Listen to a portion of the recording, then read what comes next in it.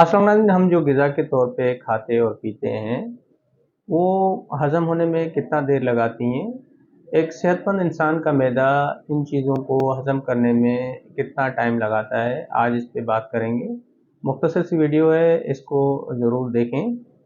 सब्ज़ी से शुरू करते हैं। पकी हुई सब्ज़ी 50 मिनट के अंदर हज़म हो जाती है। चिकन 1.5 से ढाई घंटे के अंदर डाइजेस्ट हो जाती है। फ्रूट्स और सलाद हज़म होने में 20 से 25 मिनट का वक्त लगाते हैं।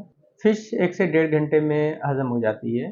बीफ 3 से साढ़े 3 घंटे का वक्त लगाता है हज़म होने में। ड्राई फ्रूट्स में बादाम, पिस्ता, काजू, अखरोट और मुख्तलिफ मग़ज़ियात 3 से 4 घंटे में हज़म हो जाते हैं। दूध से बनी हुई अशिया 2 से सवा 2 घंटे में हज़म हो जाती हैं। आलू, शकरकंदी 2 से ढाई घंटे में हज़म हो जाते हैं। पराठा और चावल को हज़म होने में 2 से ढाई घंटे लग जाते हैं। पानी फौरी तौर पे हज़म हो जाता है। जो चीज़ें जितना जल्दी हज़म हो जाती हैं, उनका मैदे से इखराज भी उतना ही जल्दी हो जाता है। कब्ज़ कुशा होती हैं। अपना ख़्याल रखें। अल्लाह हाफ़िज़।